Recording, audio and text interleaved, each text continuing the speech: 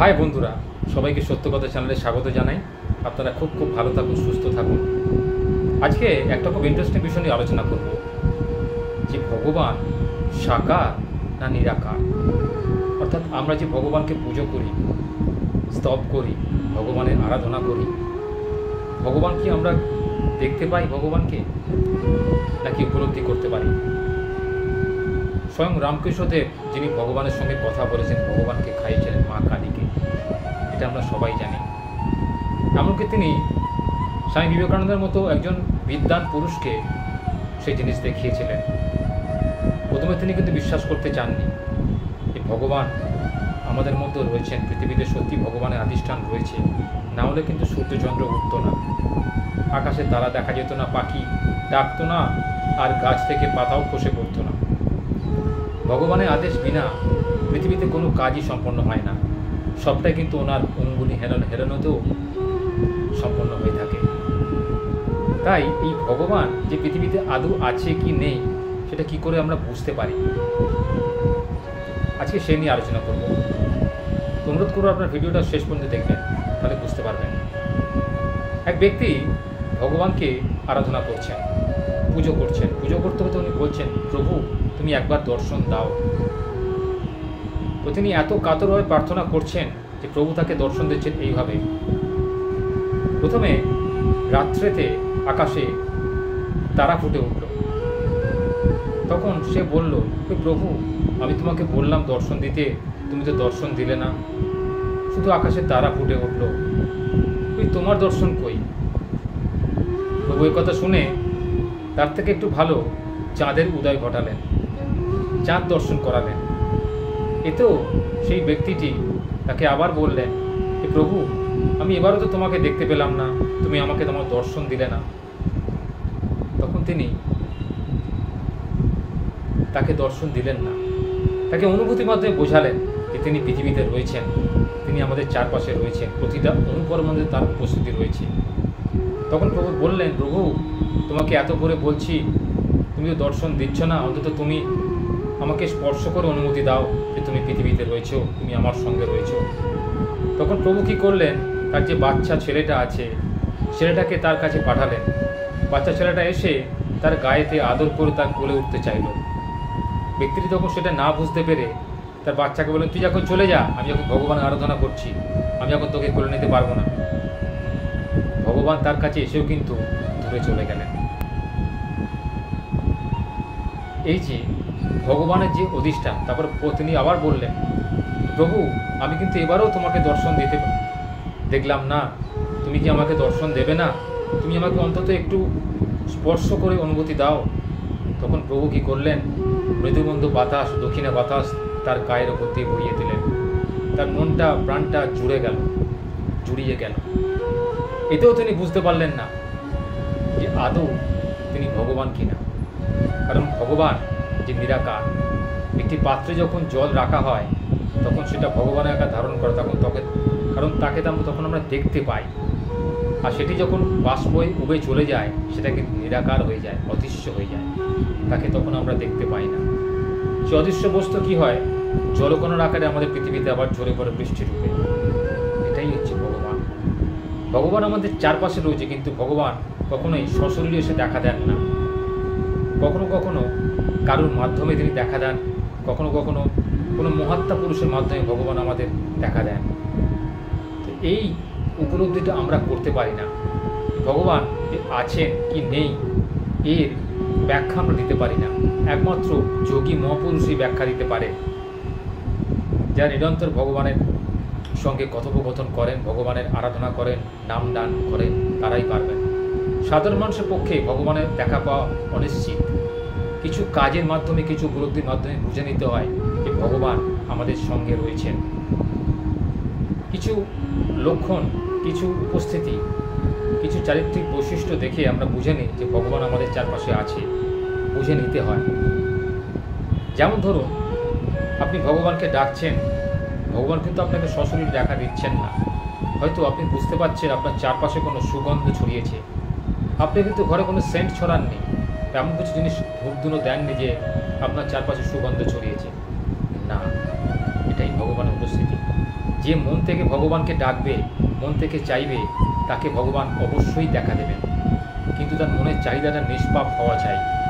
কোনো কিছু আত্মিক চাহিদা, লোভে বশবর্তী হয়েছে কোনো কিছু চাইলে ভগবান তাকে দেখা দেন না। ভগবানকে ডাকতে গেলে করুণা ভরে ডাকতে হয়, নিঃস্বার্থভাবে ডাকতে হয়, যে শুধু তার দর্শন পাওয়ার জন্য আপনি তার কৃপা প্রার্থী। তার কাছে অর্থ নয়, যশ নয়, খ্যাতি নয়, কিছুই আপনি চান না, শুধু তার একটু দেখা চান। এটা আমরা কিন্তু করতে পারি না, তাই আমরা ভগবানকে দেখতে পাই না। 2 নম্বর পয়েন্ট, ভগবানকে দেখতে গেলে কিন্তু প্রকৃতপক্ষে মানুষের মধ্যে দিয়ে দেখতে হয়। মানুষের উপকার করার মাধ্যমে, গরিব দুঃখকে সেবাদানের মাধ্যমে, অন্য জীবজগৎকে সেবা করার মাধ্যমে ভগবানকে পেতে হয়। জীবে প্রেম করে যে জন, সেই জন সেবিছে ঈশ্বর, স্বামী বিবেকানন্দ বলেছিলেন তার লেখনীর মাধ্যমে। এটি যে কতখানি সত্য আমরা এই কলিযুগে উপলব্ধি করতে পারি।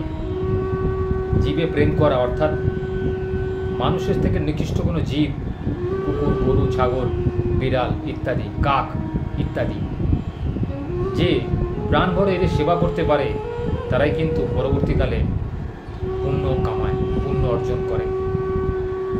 আর যারা বিপরীত করেন তারা কিন্তু পাপ অর্জন করে। ভগবানকে ডাকতে গেলে, ভগবানকে পেতে গেলে আমাদের এই অনুভূতিগুলোর মাধ্যমে জানতে হয়, বুঝে নিতে হয়। ভগবানকে ডাকার মাধ্যমে আমরা কি পেতে পারি? ভগবানকে ডাকার মাধ্যমে আমরা সুখ, শান্তি, ঐশ্বর্য, সম্মান, যশ, খ্যাতি সবই পেতে পারি। কিন্তু তার একটা লিমিট আছে, তার চাহিদার একটা সীমা আছে।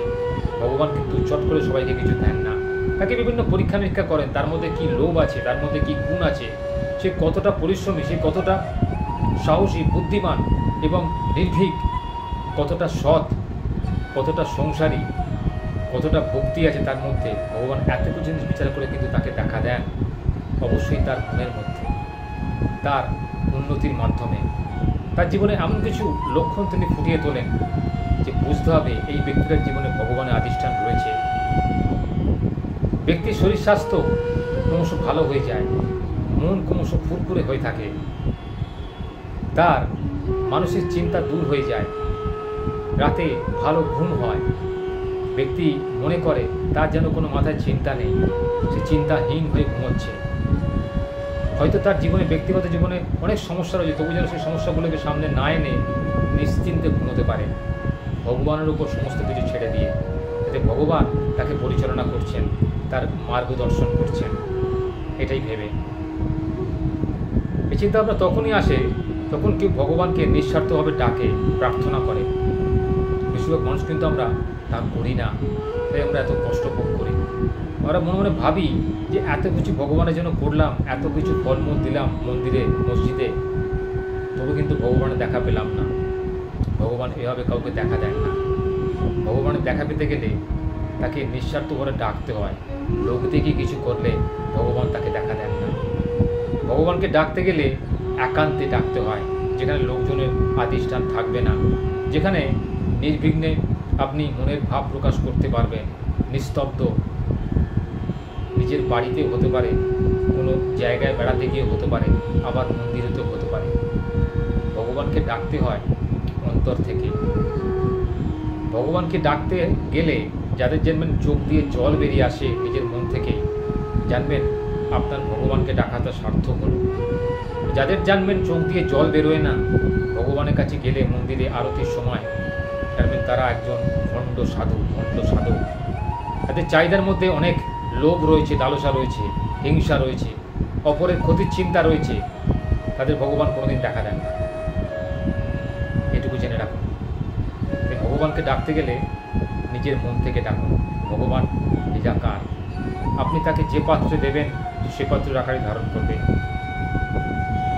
কলিযুগে ভগবানকে পেতে গেলে আপনাকে মানুষকে সেবা করতে হবে, মানুষরূপী ভগবানকে চিনতে হবে, জানতে হবে।